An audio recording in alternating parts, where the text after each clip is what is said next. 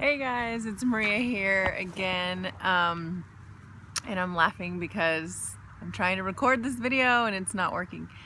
But here we go again. Wanted to make an unplugged part 2 video, and I just wanted to show you guys a little bit of my scenery right now. This is like my front yard, and just kind of sitting here on a blanket in the grass, just unplugging.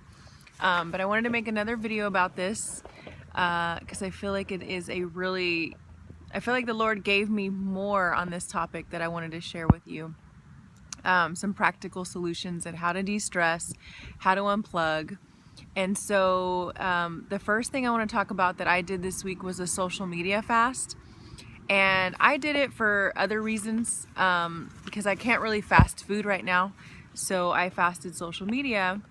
But it really helped with my anxiety level and just feeling more at peace. And so now I think what I'm going to do is, so I did it for like 4 days or 5 days or something. But now after the fact, what I'm going to do is I'm going to try to make it I'm going to set an alarm on my phone. And a girlfriend of mine, Natalie, gave me this idea of only checking my social media like twice a day, which is amazing, right? Because it's like you give yourself that permission, but you're not like looking at your phone 20 times a day. I challenge you to look and see how many times you actually check your phone within a day. Like when you first do your social media fast, you're gonna see yourself like reaching for your phone all the time, because that's what I was doing. I was like, wow, I didn't realize like how much I was addicted to the phone.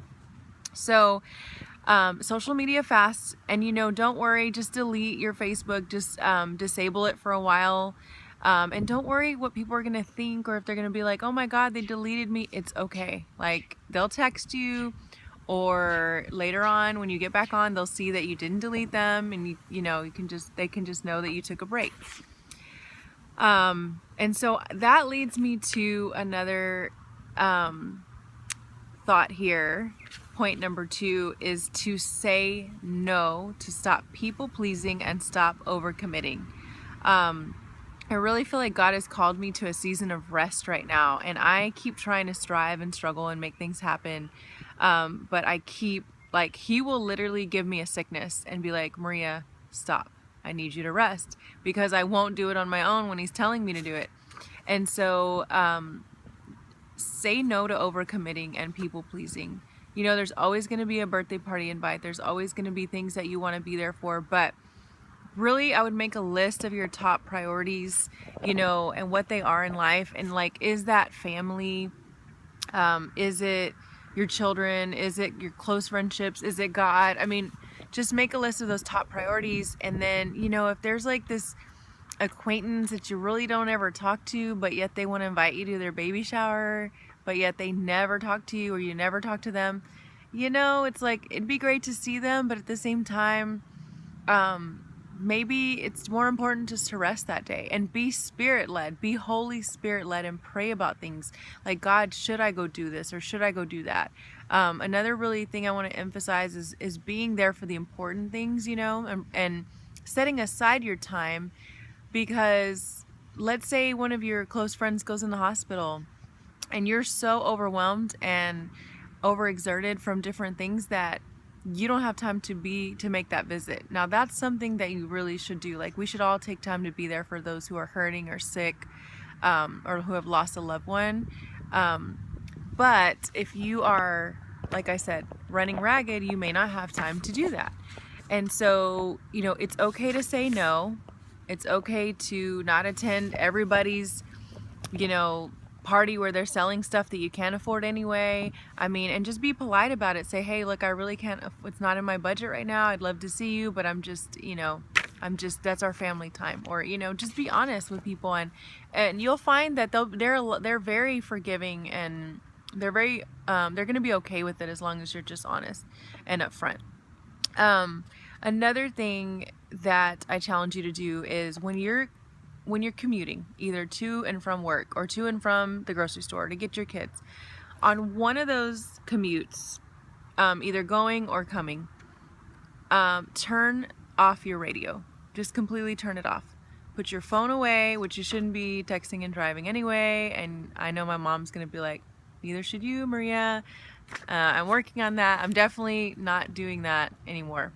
But turn your phone off, silence your radio, and just be still and be quiet and just listen to God's voice. Just have that peace of not always having something in your brain, like not always having something going or listening to something or conversation or looking at social media. Like our brains are always wired and we're not meant for that. I mean, our ancestors used to work out in farms and they would just sing hymns, or they would just have quiet while they were working and relaxing. They didn't always have to be like entertained, and we always have to be entertained, but in that we lose the silence, we lose peace, we lose the opportunity just to meditate on God and what He's done and His Word and things like that. So also I've been turning on just classical music because it gives you a little bit of background and it's really soothing.